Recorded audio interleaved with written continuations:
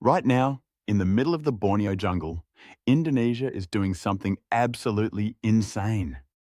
They're building an entire capital city from absolute zero.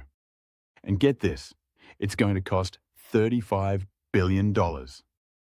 But here's the problem. It might become the world's most expensive ghost town. To understand why they're doing this, you need to know about Jakarta. Imagine cramming 42 million people, that's the entire population of Canada, into one city by the sea. Jakarta is sinking 25 centimetres per year. That's 10 inches every single year. Scientists predict that by 2050, 95% of North Jakarta could be completely underwater. The traffic?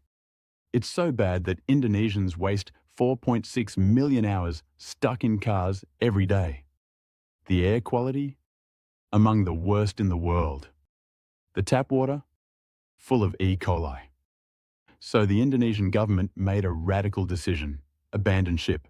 Enter Nusantara, Indonesia's brand new capital, rising from the rainforests of Borneo like something out of a sci-fi movie. And this isn't just any city. By 2045, Nusantara is designed to be twice the size of New York City, but with zero carbon emissions. Key features. Flash, 100% solar powered. Every street lamp, every bus. 75% green space. 3/4 of the city stays forest. AI-controlled systems, biometric scanners everywhere. Autonomous flying taxis. Yes, you heard that right.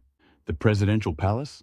It's topped with a Garuda, a mythical copper bird standing 57 meters tall with wings that seem to embrace the entire city. Budget, $35 billion. Timeline, 2022-2045. Target, 2 million residents. But here's where things get complicated. 3 years into construction, and Nusantara's futuristic boulevards are completely empty. Right now, only 2,000 civil servants and 8,000 construction workers live there. The target for 2030? 1.2 million people. Do the math, that's a 99% shortage. And it gets worse. Indonesia's new president Prabowo Subianto slashed the government's direct spending dramatically. The 2024 budget was roughly $3.4 billion. The 2026 allocation? Less than $400 million. That's almost a 90% cut. 2024 budget, 3.4 B, 2026, 400 mem or 90% cut. Local business owner Dewey Asnawati told reporters, "When construction was booming, my rental rooms were full. Now my income has dropped by half. People worry this could become a ghost city. But the young officials living there, they're all in." Thousands of Gen Z government workers, most under 30, live in high-rise dorms with assigned roommates. No nightclubs, few restaurants. Just work. Kathleen Moraberta, 27. "We are Gen Z. We have a lot of ideas and a lot of time and energy. We're making sure everything goes into building a better Indonesia." Meanwhile, environmental groups are sounding alarms. Walhi NGO reports that over 2,000 hectares of mangrove forest have been cleared in just 2 years for highways and ports. Local farmer Armin, "Flooding has worsened since they built the water treatment plant. It cut my harvests in half. They promised us clean water. It only goes to Nusantara." 2,000 plus hectares mangroves lost. Indigenous communities displaced. Here's the billion-dollar question. Can Indonesia actually afford this? The total cost over 23 years? 35 to 45 billion. In a country where 1 in 5 children don't get enough to eat. President Prabowo is betting big on a different priority, free school meals, with an annual budget reaching $15 billion by the end of 2026. Opposition politician Johan Rosihan told Parliament, "Put this prestige project on hold. Divert this money to rice." In a move that shocked everyone, Prabowo quietly redefined Nusantara from capital city to just a political capital through Presidential Regulation No. 79, issued in June 2025. The head and deputy of the Oversight Authority? They had already resigned the year before. June 2025, downgraded to political capital. According to government decree, Nusantara must fully function as Indonesia's political capital by August 17, 2028. That's just 3 years away.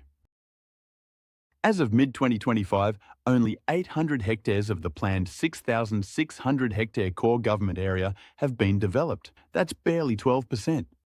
What's done? Presidential Palace. Some ministry buildings, basic infrastructure, water systems. One airport. What's missing? Schools for families, full hospital system, legislative buildings. Breaking ground, October 2025. Judicial complexes, 1.2 million residents. But project head Basuki Hadmaljono remains defiant. The president told me it is my commitment to continue and finish this even faster. This is like a baby. We really have to manage this with love. Here's what most people don't know. Despite all the doubts, private investment is still flowing in. As of May 2025, the project attracted over $4 billion in private sector investment. Companies from China, Japan, and the UAE are betting billions on Nusantara's success. And those Gen Z civil servants? They're not just dreaming. They're actually operating state-of-the-art recycling facilities, AI-powered public services, and zero-waste programs right now. I've seen Hong Kong. I've seen Singapore. And I have the same dream to build Indonesia to be the same as advanced countries. Former environmental activist Myrna Safitri, now the top environmental official, is planting native trees to convert the site back to rainforest. You can hear birds now, she says. Step back and look at what's really happening here. Indonesia is attempting something unprecedented in modern history. Compare this to other planned capitals. Brasilia, Brazil, 1960, built in 4 years, cost $2 billion, 1960s dollars. Abuja, Nigeria, 1991. 12 years, $8 billion. Naypyidaw, Myanmar, 2006. Often called a ghost town, Nusantara, Indonesia, 2025.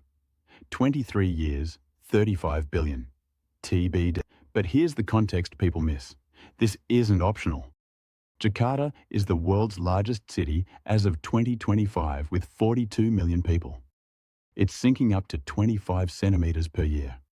Without action, millions could be displaced by 2050. Nusantara represents a bigger strategy, shifting power away from Java Island, which has dominated Indonesia's politics for decades, to the outer islands where 60% of Indonesia's population feels marginalized. Java Island, 7% of land, 56% of population. This raises a question bigger than just Indonesia. What do you do when your capital city is dying? Miami's at risk. Bangkok's sinking. Venice is flooding. Dhaka faces similar problems to Jakarta. In the age of climate change, Indonesia might be the first of many countries forced to make this choice. Is it worth spending $35 billion on a new city when millions need food and healthcare today? Or is it more expensive to do nothing and watch your capital sink into the ocean? Is Nusantara a visionary solution or an expensive fantasy? A climate adaptation model for the world or a cautionary tale of ambition over reality? So what's the verdict? Is Nusantara really being built from zero in 2025? Yes, and it's further along than you might think. 2025.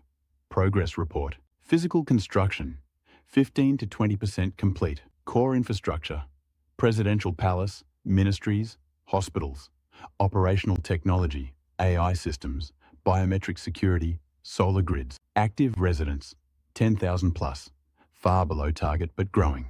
Investment, $4 billion, plus private sector committed timeline. Official government moves target, August 17, 2028. Project head Basuki quotes Julius Caesar, Veni, Vidi, Vici.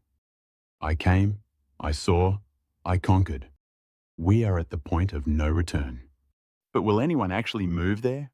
That's the $35 billion question. Here's what happens next. By August 17, 2028, Indonesia's Independence Day.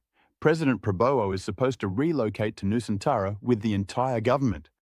That's 1,027 days from now. Either we'll witness the birth of the world's first true smart city, a zero-carbon metropolis rising from the rainforest, or we'll watch $35 billion create the world's most expensive ghost town, empty monuments to abandoned dreams. But those Gen Z officials? They're betting everything on success. And honestly, the world is watching. 3 years, $35 billion, 2 million people, one impossible dream. What do you think? Could you leave everything behind to pioneer a brand new capital city? Let me know in the comments.